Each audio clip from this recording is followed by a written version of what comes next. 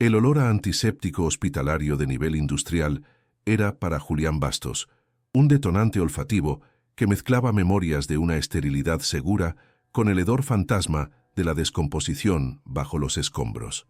A sus 45 años, vistiendo un uniforme azul deslavado que le quedaba nadando en su cuerpo flaco, empujaba el trapeador por el pasillo de mármol blanco del Hospital Valladares con un ritmo hipnótico e invisible.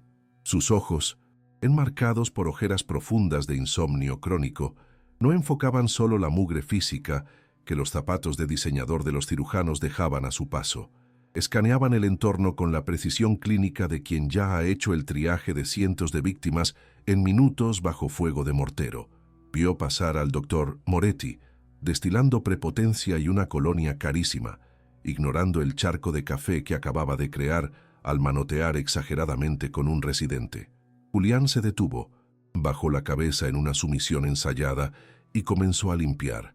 Nadie notó sus manos que temblaban levemente cuando estaban en reposo, atormentadas por fantasmas, pero que poseían la memoria muscular de salvar vidas donde la tecnología era apenas un sueño guajiro.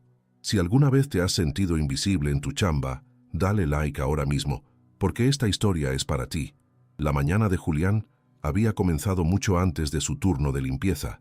En el pequeño departamento rentado que olía a libros viejos y a la humedad típica de la temporada de lluvias, Maya, su hija adoptiva de 10 años, estaba sentada a la mesa de la cocina, dibujando un sistema circulatorio humano con una precisión anatómica que daba miedo para ser una niña. Llevaba el estetoscopio de juguete colgado al cuello como un amuleto contra el mundo exterior. «Papá, hoy te tiembla más la mano», observó ella, sin levantar la vista del papel, con su vocecita cargada de una sabiduría adulta precoce. Julián escondió la mano izquierda en el bolsillo, forzando una sonrisa que no alcanzó sus ojos tristes. «Es solo el café, mi hija. Tómate tu inhalador. El pronóstico dice que va a llover fuerte en la ciudad, y a tus bronquios no les late la humedad». Besó su frente, sintiendo la temperatura de la piel con los labios. 36.5 grados, normal. El instinto de diagnóstico nunca se apagaba. Era una maldición que cargaba como una segunda piel, protegiendo lo único que el terremoto no le había arrebatado. En el vestíbulo principal del hospital, la atmósfera se sentía eléctrica y opresiva. Era el día de la inauguración de la nueva unidad de cuidados intensivos neonatales, un proyecto de millones de dólares financiado por Sofía Valladares. La joven CEO caminaba entre los invitados VIP, cargando a su bebé de 8 meses, Tomás, con una tensión rígida en los hombros. El bebé, pequeño y frágil, lloraba con un llanto agudo y continuo que perforaba la suave música ambiental. Sofía mecía a su hijo, pero sus movimientos eran mecánicos, guiados por libros de maternidad y no por el instinto. Miraba a los monitores, a los médicos alrededor, buscando validación externa para su competencia materna. «Está bien, Cham Sofía. Es solo un cólico. Los bebés lloran», dijo el doctor Moretti, pasándose la mano por el cabello perfectamente peinado con gel, sin siquiera tocar al niño. Julián, que limpiaba un arreglo de flores cercano, escuchó el sonido del llanto. «No manches», pensó, «eso no era cólico. Era un silbido inspiratorio sutil, un estridor que indicaba que las vías aéreas superiores estaban luchando contra un enemigo invisible». Vio el color de las uñas minúsculas de Tomás, un tono pálido azulado que los LEDs de la fiesta disimulaban. Cianosis periférica. El bebé se estaba asfixiando lentamente. La ceremonia comenzó con discursos pomposos sobre la vanguardia de la tecnología médica.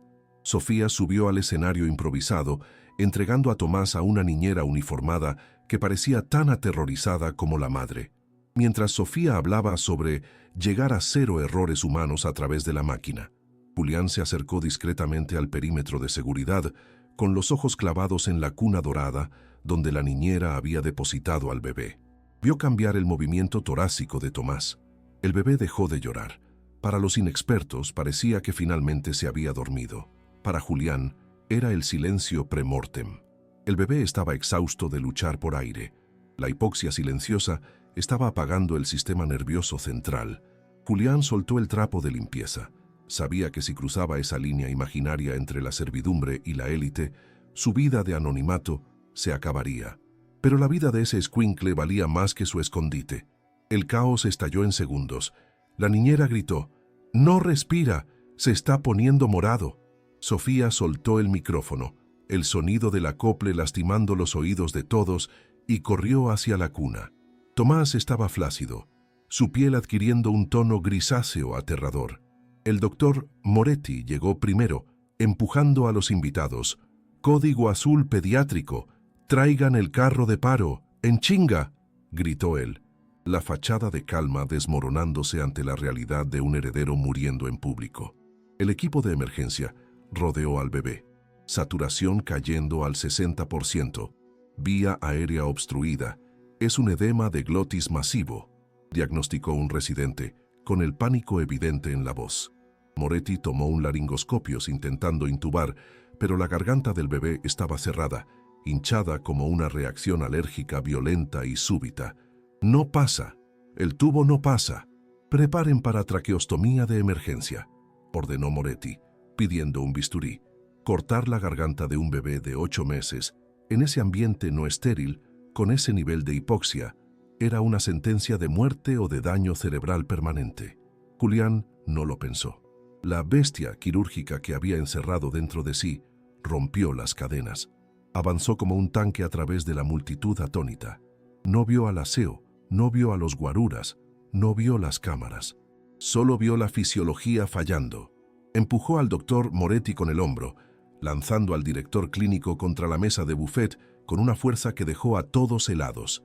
«¡Quítate, carnicero!», rugió Julián, su voz ronca por la falta de uso retumbando en el salón. Antes de que alguien pudiera reaccionar, Julián agarró al bebé flácido de la cuna. No lo puso en la mesa para cortarlo. Corrió 3 pasos hasta la cubeta de plata gigante donde se enfriaban las botellas de champaña. Con un movimiento que pareció una locura para todos los presentes, Julián volteó al bebé boca abajo y sumergió la carita minúscula de Tomás en el agua con hielo, sujetando el cuerpo con firmeza absoluta. «¡No! ¡Está matando a mi hijo!», gritó Sofía, lanzándose para atacar a Julián, siendo retenida por un inversionista. El salón entró en histeria. «¡Sáquenlo de ahí! ¡Seguridad!», berreaba Moretti, levantándose con la cara roja de furia. Pero Julián no lo soltó. Contaba los segundos mentalmente. 1, 2, 3. Estaba activando el reflejo de inmersión de los mamíferos, un mecanismo evolutivo primitivo que, al sentir frío extremo en la cara, envía una señal vagal masiva al cerebro. Para todo, protege el corazón, resetea la respiración. Era una técnica de campo, usada cuando no había epinefrina ni tubos, una apuesta biológica de todo o nada. 4, 5. El cuerpo de Tomás se estremeció en los brazos de Julián. El choque térmico reinició el sistema nervioso autónomo. El espasmo de la glotis se relajó instantáneamente. Julián sacó al bebé del agua. Tomás jaló una inspiración profunda, sibilante y húmeda, seguida por el sonido más hermoso del mundo. Un llanto vigoroso, fuerte y furioso. El aire entraba. El color rosado volvía a las mejillas en oleadas visibles. Julián pegó al bebé contra su pecho, protegiéndolo con su cuerpo sucio, sintiendo el corazoncito latir fuerte contra sus costillas. «Respira, mijo, respira», susurró, las lágrimas de alivio mezclándose con el sudor en su rostro. Pero el momento del milagro fue brutalmente interrumpido. 3 guardias de seguridad cayeron sobre Julián, arrancándole al bebé de los brazos y azotando al intendente contra el piso de mármol con violencia. La cara de Julián fue aplastada contra el suelo frío. Esposas de plástico apretaron sus muñecas. Mientras lo arrastraban, no miró a Sofía con rabia, sino con urgencia desesperada. Gritó su voz haciendo eco sobre el llanto del bebé. «Revisen el nivel de potasio. No es alergia, es el corazón. No dejen que se duerma o no despierta más». Las puertas se cerraron, dejando atrás un salón conmocionado y a una madre sosteniendo a un hijo vivo, pero sin saber por cuánto tiempo. La celda de detención provisional del Ministerio Público tenía ese olor peculiar a desinfectante chafa, mezclado con sudor rancio y desesperación humana. un aroma que Julián conocía bien de otros lugares y otras vidas. Estaba sentado en la banca de concreto frío, con las manos esposadas apoyadas en las rodillas, tratando de controlar el temblor que había vuelto con fuerza total ahora que la adrenalina del rescate se había disipado. No era miedo al bote lo que hacía vibrar sus dedos, era el eco neurológico del trauma, la mano del cirujano, que fallaba en la paz, pero funcionaba en la guerra. Cerró los ojos y recargó la cabeza en la pared despellejada, ignorando las miradas curiosas de dos carteristas en la celda de al lado. Su mente no estaba ahí, entre rejas y policías cansados, estaba en la UCIN del Hospital Valladares, visualizando el trazo del electrocardiograma de un bebé que apenas conocía. Contaba los minutos mentalmente. Si el nivel de potasio estaba subiendo como él sospechaba, una secuela rara de acidosis metabólica combinada con la condición genética que identificó en la piel del niño, el corazón de Tomás entraría en fibrilación ventricular en menos de 2 horas. Julián susurró una plegaria secular al techo mohoso. Por favor, vean el examen de sangre. Por favor, no sean arrogantes. Mientras tanto, en la oficina alfombrada de la dirección del hospital, el doctor Eduardo Moretti trabajaba arduamente para reescribir la realidad. Le sirvió un vaso de agua a Sofía, que todavía temblaba, con el rímel corrido y el vestido de fiesta arrugado por el abrazo desesperado a su hijo. Fue una agresión brutal, Sofía. Un acto de locura, dijo Moretti, con su voz mansa y persuasiva, diseñada para calmar inversionistas y mamás primerizas. El bebé volvió a respirar por el choque térmico y el dolor, no por alguna técnica milagrosa. Ese intendente podría haber causado una hipotermia letal o ahogado a Tomás. Fue suerte, pura y simple suerte de maníaco. Sofía sostuvo el vaso con las 2 manos para esconder el temblor. Quería creerle a Moretti. Quería creer que el mundo era lógico, que los médicos de bata blanca salvan vidas y los conserjes limpian el piso. Pero la imagen de Julián sosteniendo a su hijo, la precisión con la que protegió la columna cervical del bebé mientras lo volteaba, la autoridad en su voz, eso no parecía locura, parecía competencia. En el piso de abajo, la UCIN zumbaba con la sinfonía electrónica de docenas de equipos de soporte vital de última generación. Tomás estaba en una incubadora de acrílico, viéndose minúsculo y vulnerable bajo la luz azulada de la fototerapia preventiva. Cables y tubos conectaban su cuerpo frágil a monitores que parpadeaban números verdes y rojos, una barrera tecnológica entre la madre y el hijo. Sofía entró a la unidad tras salir de la oficina de Moretti, sintiéndose una intrusa en su propio hospital. Tocó el acrílico, separada del calor de su hijo. Las enfermeras circulaban con eficiencia silenciosa, pero Sofía notó algo diferente en la atmósfera. Había un murmullo, una tensión subterránea, un chisme caliente. Vio a 2 técnicas de enfermería cuchicheando cerca del puesto de control, mirando hacia el lugar donde Julián solía guardar su carrito de limpieza. Sofía aguzó el oído, el instinto periodístico que heredó de su padre despertando en medio del dolor. ¿Viste cómo le agarró la cabeza? Ni el jefe de pediatría tiene ese agarre, susurró una enfermera mayor, ajustando un suero. La otra respondió, bajando la voz. Te lo dije. La semana pasada, la máquina de rayos X portátil se trabó a media emergencia. Ingeniería dijo que tardarían horas.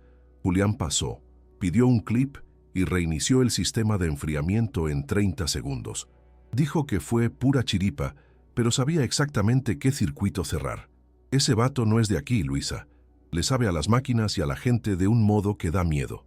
Sofía retrocedió hacia las sombras, con el corazón acelerado. Las historias confirmaban su sospecha. Julián Bastos no era solo un empleado invisible, era una entidad observadora que operaba en las grietas del sistema, arreglando lo que los inexpertos ni sabían que estaba roto. El tiempo pasaba arrastrándose, cada minuto pesando como plomo.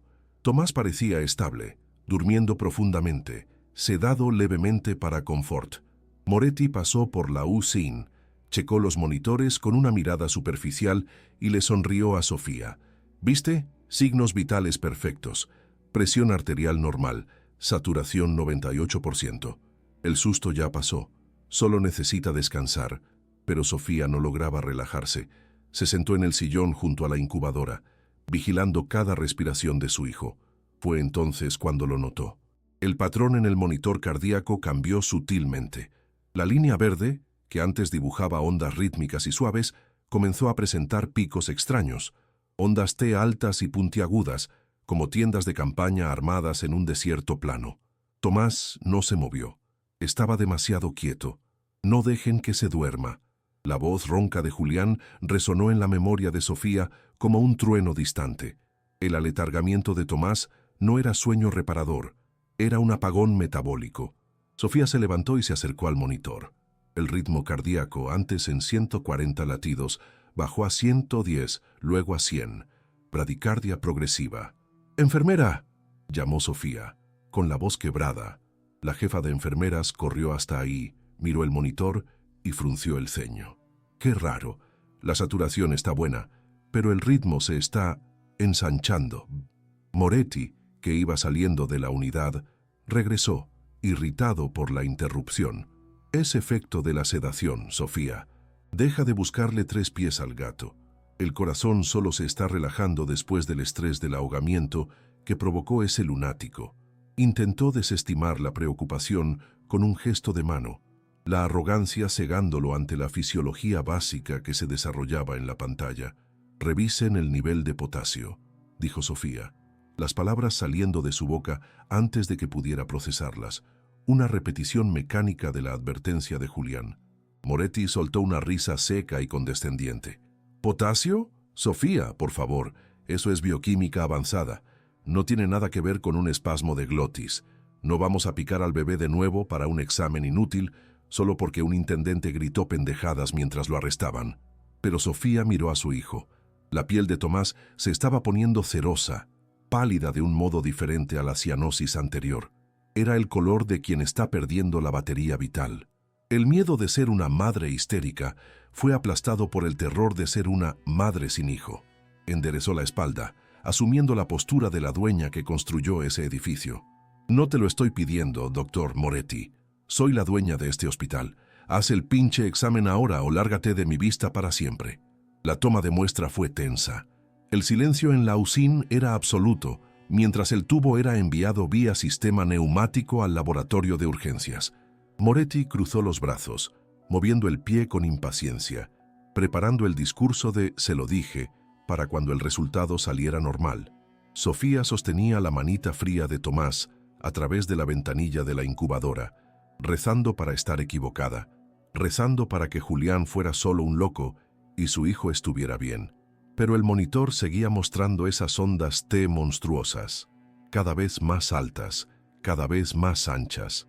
El corazón de Tomás estaba luchando contra una sangre que se había vuelto tóxica, cargada de electricidad química que no lograba descargar. 10 minutos después, sonó el teléfono de la unidad. La enfermera contestó, palideció y miró a Moretti con los ojos desorbitados. «Laboratorio, doctor. Valores críticos. Ellos creyeron que la máquina estaba descompuesta y corrieron la muestra 2 veces». Moretti le arrancó el teléfono de la mano. «Habla», ladró. Conforme escuchaba, el color se le drenaba de la cara. Colgó el teléfono lentamente, como si el aparato pesara 1 tonelada. Miró el monitor, luego a Sofía, y por primera vez hubo miedo real en sus ojos. El potasio está en 7.5. Hipercalemia severa. Su corazón está al borde de un paro cardíaco refractario. La revelación golpeó a Sofía como un puñetazo en el estómago. El conserje sabía. El hombre que limpiaba vómito y cambiaba bolsas de basura sabía más sobre la fisiología de su hijo que el director clínico graduado en Harvard. Julián no había adivinado un diagnóstico. Había visto la verdad invisible. «Preparen gluconato de calcio e insulina». «Órale, muévanse», gritó Moretti, el equipo entrando en modo de crisis real. Sofía dio un paso atrás, sintiendo que el mundo giraba. Estaban tratando el síntoma ahora, reaccionando al incendio, pero Julián había previsto la chispa horas antes. Si hubieran escuchado, si hubieran tratado antes, la rabia reemplazó al miedo. Miró a Moretti con un desprecio frío. «Ibas a dejar que mi hijo se muriera dormido», susurró ella. Sofía no se quedó a ver el tratamiento de emergencia. Sabía que el equipo seguiría el protocolo estándar ahora que el diagnóstico era obvio, pero también sabía que Tomás era un caso complejo, lleno de matices que se escapaban a los libros de texto. Necesitaba la mente que había visto lo invisible. Necesitaba al santo de las ruinas. Sin decir una palabra, Sofía giró sobre sus talones y corrió fuera de la usín, sus tacones repiqueteando en el pasillo como un reloj en cuenta regresiva.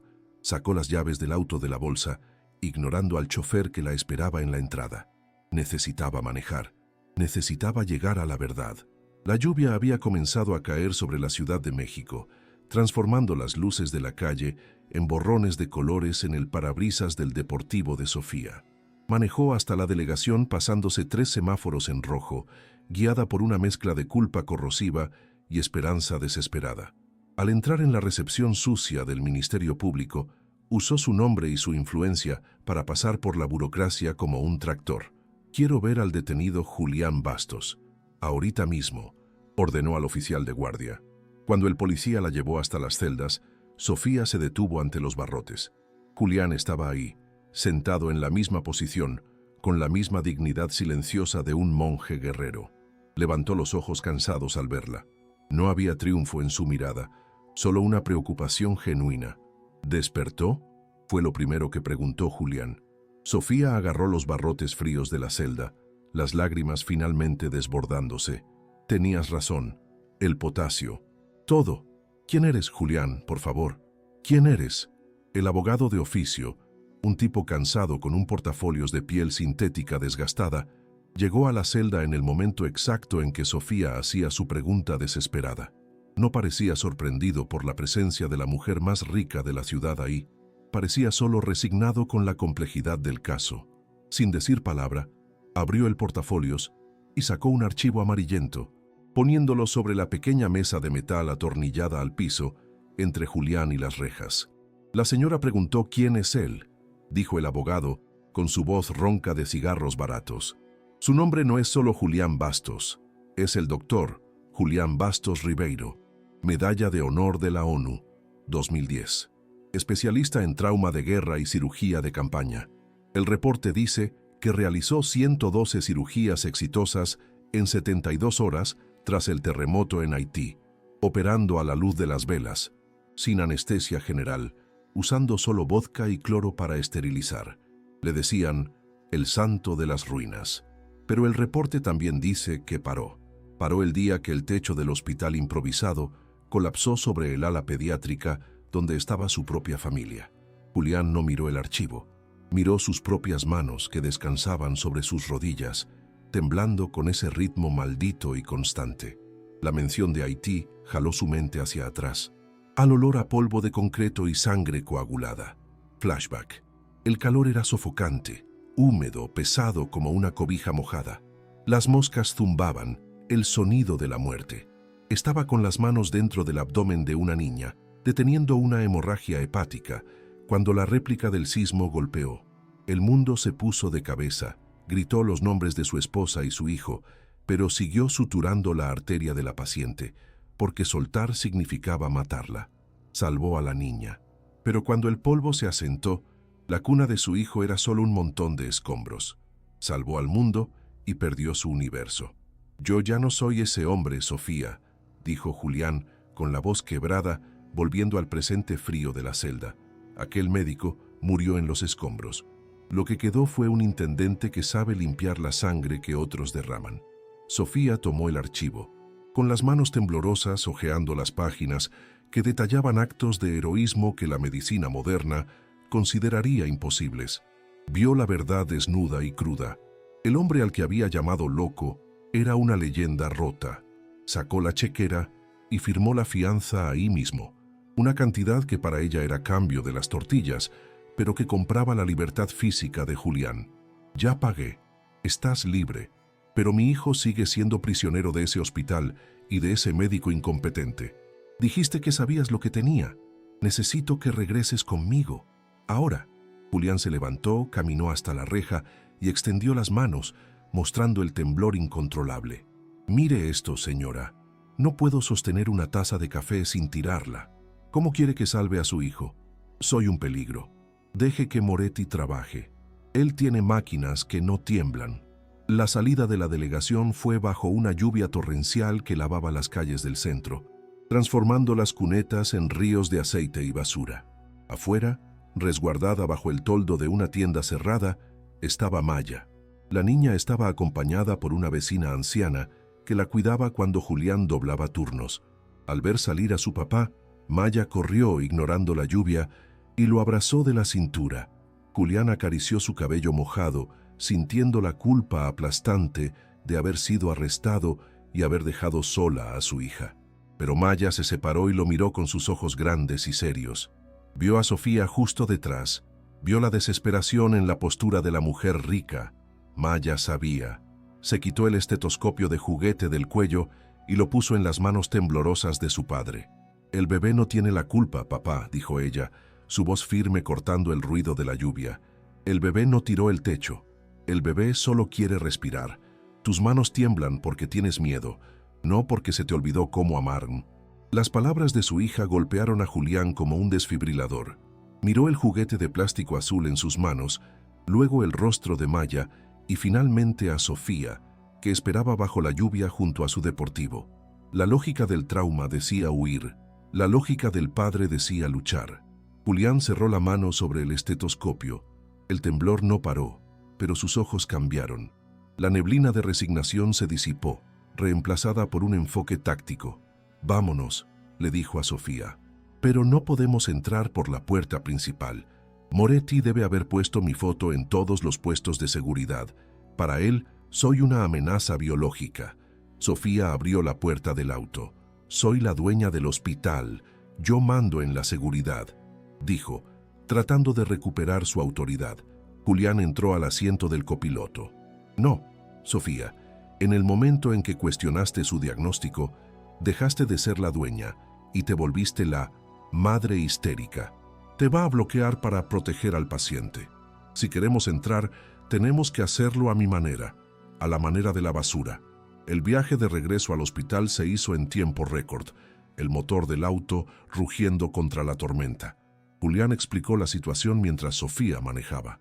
«Hipercalemia. El potasio alto hace que el músculo cardíaco se ponga borracho. No contrae, tiembla.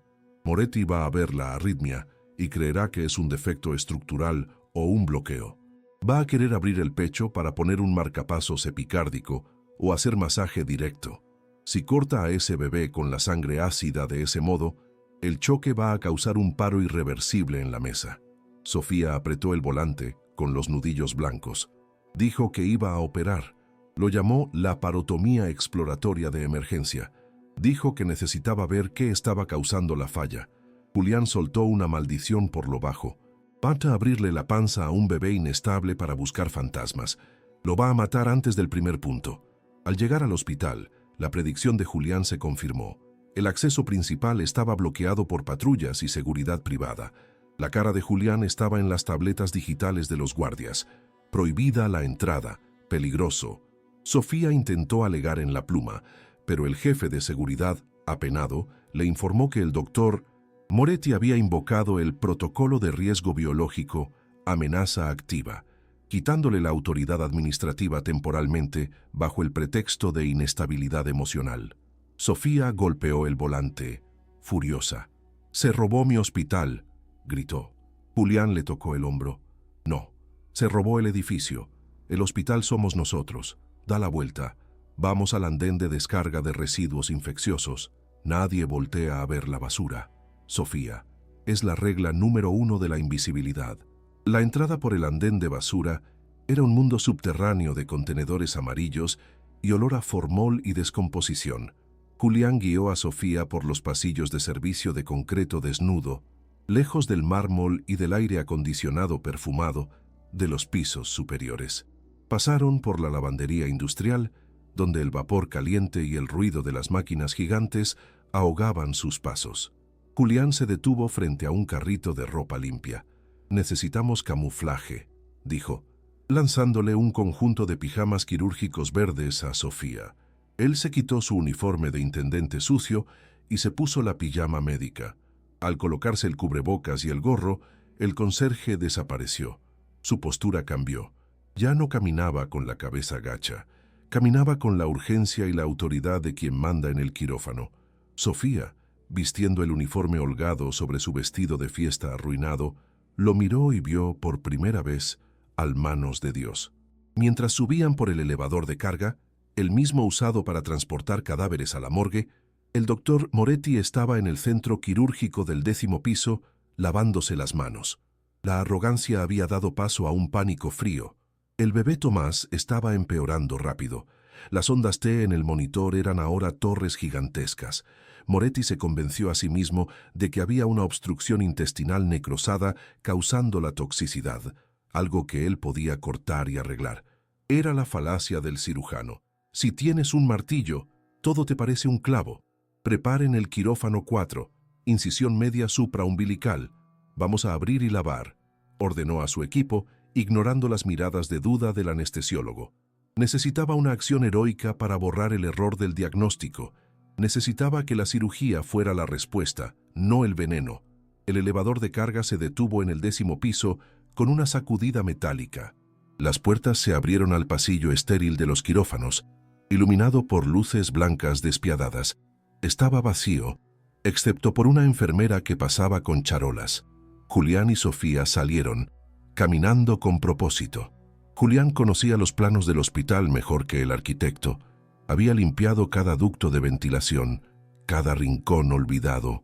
El quirófano 4 es el único con equipo neonatal completo, susurró. Moretti va a estar ahí.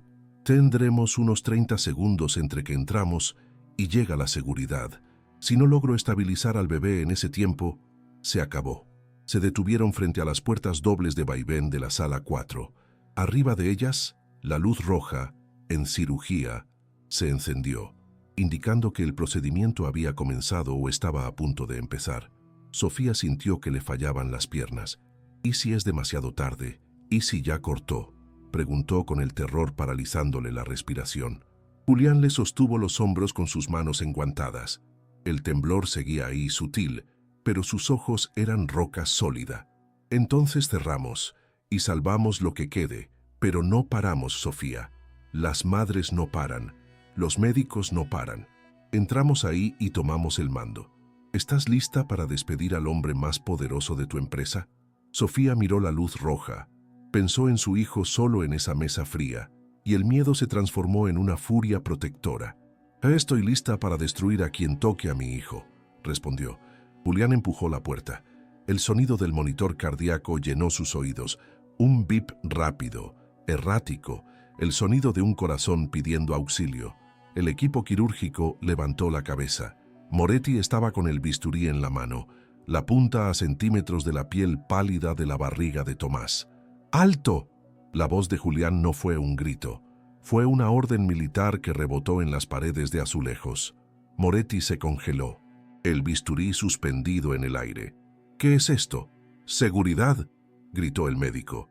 Pero Julián ya estaba dentro de la zona estéril, ignorando la contaminación, avanzando hacia la mesa como un misil teledirigido. «Aléjate de la mesa, Eduardo. Estás a punto de cometer un homicidio culposo», dijo Julián, usando el nombre de pila del médico, desnudándolo de su título y poder.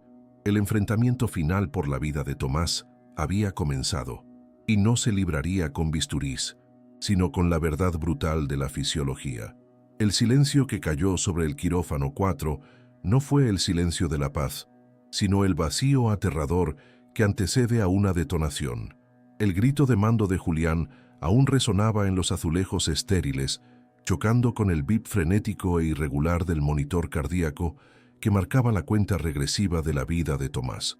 El doctor Moretti estaba congelado con el bisturí suspendido sobre el abdomen distendido del bebé, sus ojos desorbitados de incredulidad al ver a un conserje, vestido con pijamas quirúrgicos robados y cubrebocas, invadiendo su santuario aséptico. El equipo quirúrgico, 2 instrumentistas, un anestesiólogo y un residente, miraba de uno a otro, paralizado por la ruptura violenta de la jerarquía. La lámpara quirúrgica proyectaba sombras duras sobre la escena,